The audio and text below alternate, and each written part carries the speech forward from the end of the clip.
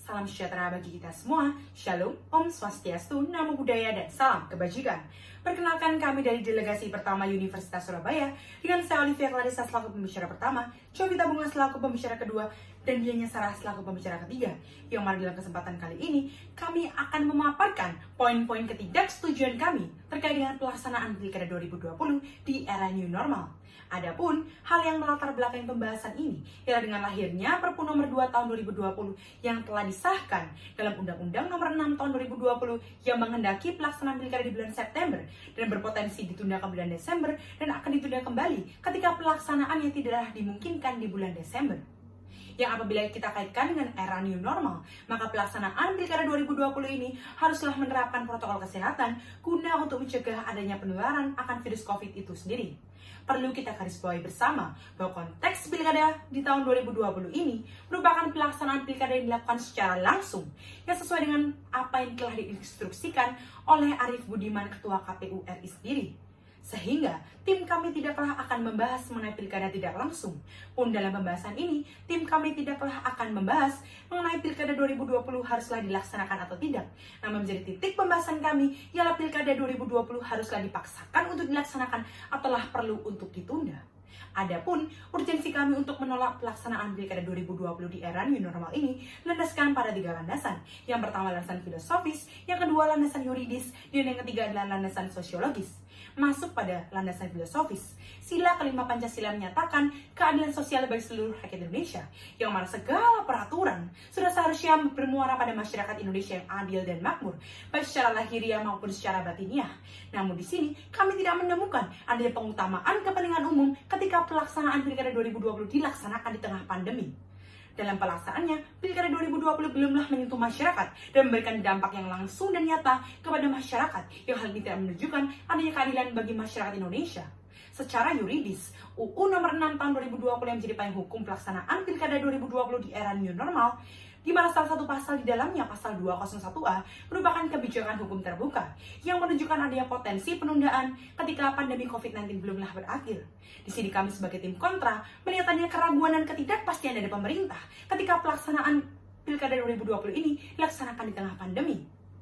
Mantan Hakim Konstitusi Mukti Fajar pernah mengatakan bahwa salah satu pemilihan demokratis haruslah inklusif, yang mana demokrasi yang menyatukan bukanlah memisahkan, memberikan harapan bukanlah menakutkan masyarakat.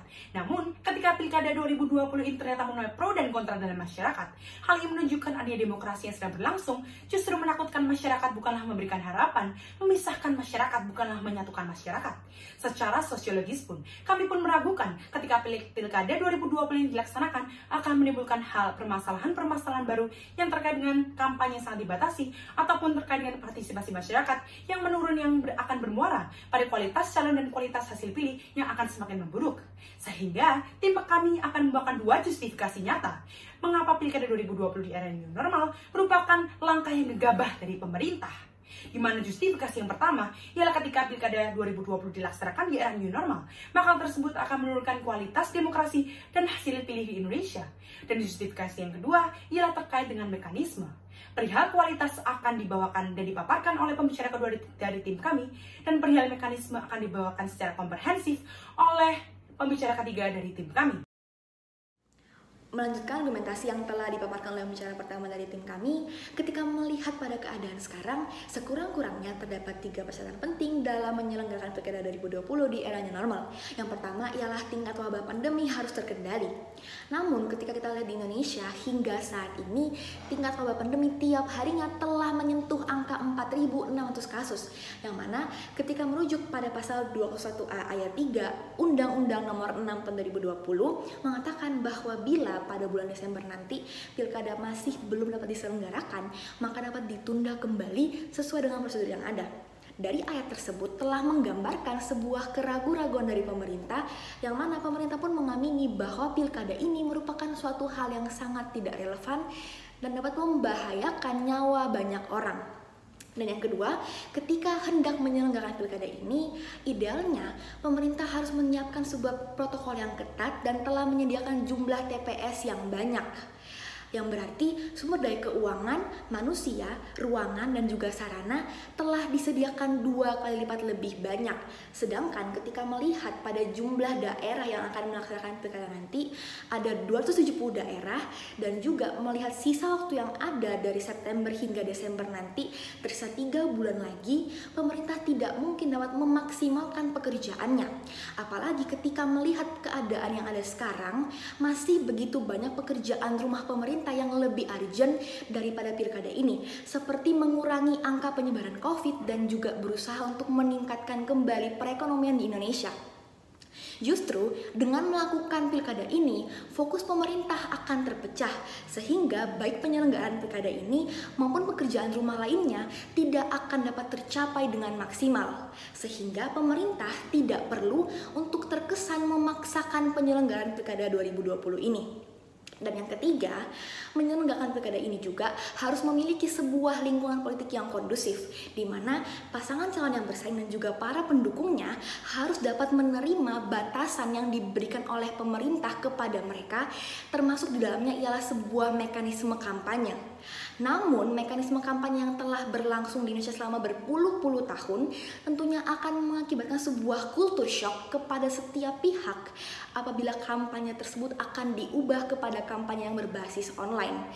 Sehingga pada akhirnya, baik pasangan yang bersaing maupun pendukungnya akan tetap melakukan kampanye yang melanggar protokol, yang mana hal ini justru akan membuat pandemi COVID akan semakin bertumbuh subur.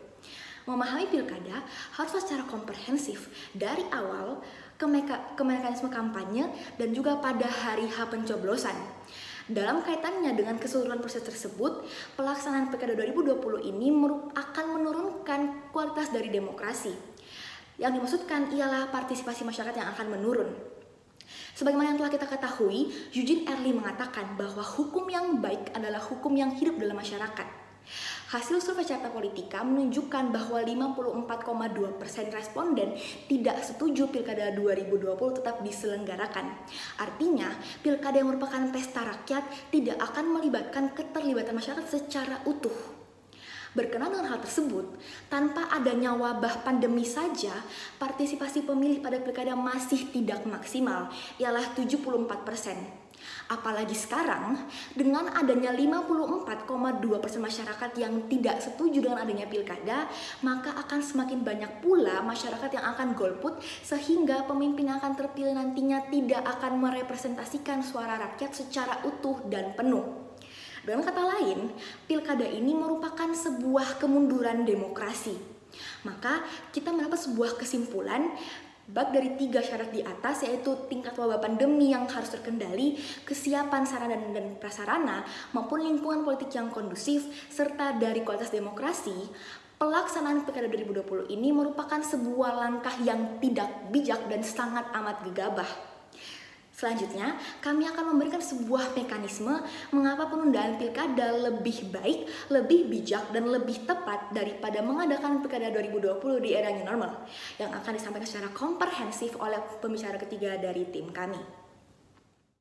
Sebagaimana yang telah dipaparkan oleh pembicara pertama dan dielaborasikan oleh pembicara kedua dari tim kami, maka dalam hal ini kami tetap berada pada posisi kontra untuk menolak adanya mosi pelaksanaan pilkada 2020 di era new normal tersebut. Karena sejatinya hal ini merupakan suatu langkah yang gegabah dan pragmatis, di mana kemudian proposal yang kami tawarkan ialah suatu langkah yang lebih bijak serta solutif, yakni penundaan. Adapun alasan utama mengapa kemudian kami mengajukan adanya penundaan ini ialah suatu kondisi khusus yang perlu kita garis bawahi bersama. Penundaan yang kami ajukan juga didasari oleh 2 justifikasi nyata, sebagaimana telah disebutkan oleh pembicara pertama dari tim kami, yang pertama, menurunkan kualitas demokrasi dan hasil pilih. Hal ini ditinjau berdasarkan hasil survei oleh Indikator Politik Indonesia bahwa tercatat persentase angka sebanyak 63,1%, opini publik menyatakan sebaiknya pelaksanaan pilkada 2020 ialah ditunda. Artinya apa? Ketika pilkada ini tetap dilaksanakan, maka akan mengakibatkan tidak adanya kualitas yang baik dari pilkada itu sendiri, serta menurunkan hasil pemilihan itu sendiri yang tidak maksimal.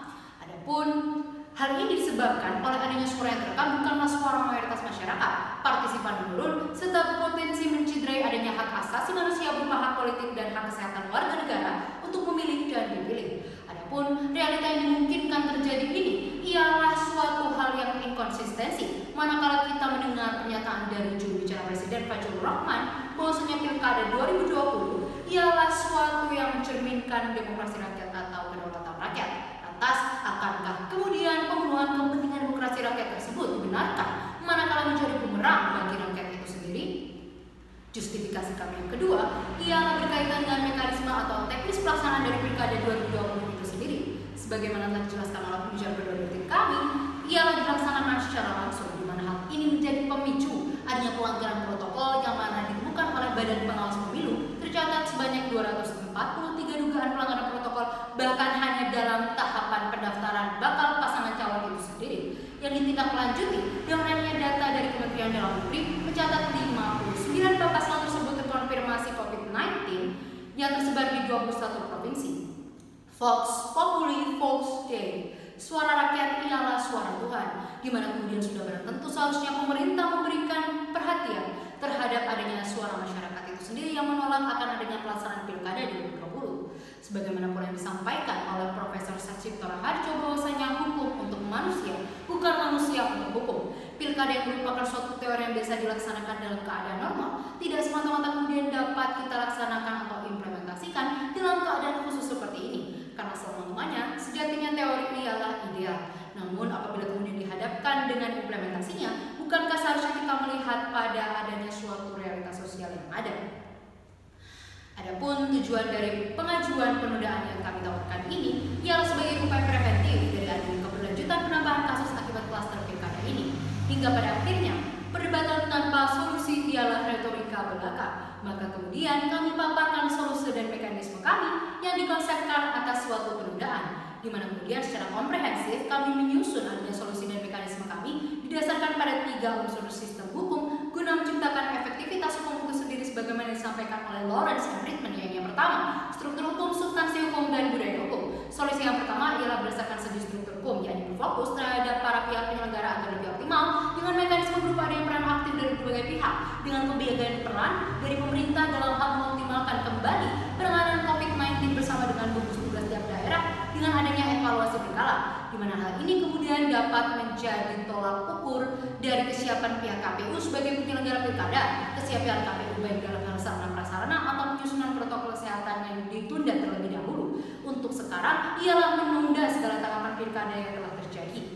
Adapun solusi yang pertama dapat diwujudkan melalui adanya solusi yang kedua yang ditinjau berdasarkan segi substansi hukum, yang mana berdasarkan pasal 201A ayat 3 Peraturan Pemerintah pengganti Undang-Undang Nomor 2 Tahun 2020 yang telah ditetapkan menjadi Undang-Undang Nomor 6 Tahun 2020 sebagai kebijakan hukum terbuka atau open legal policy yang bila mana pandemi COVID-19 belum berakhir, maka kemudian akan disusun penetapan pengaturan oleh KPU yang merupakan diskresi oleh KPU, disepakati bersama pemerintah dan DPR berkaitan dengan adanya penundaan dan pergantian waktu dari pelaksanaan pilkada serta teknis pelaksanaan. Maka melalui kedua solusi dan mekanisme tersebut akan menciptakan adanya budaya hukum bagi masyarakat yang menciptakan hak politik dan hak kesehatan terpenuhi sebagai wujud demokrasi rakyat sebagai pemegang kedaulatan tertinggi. Sekian dan terima kasih.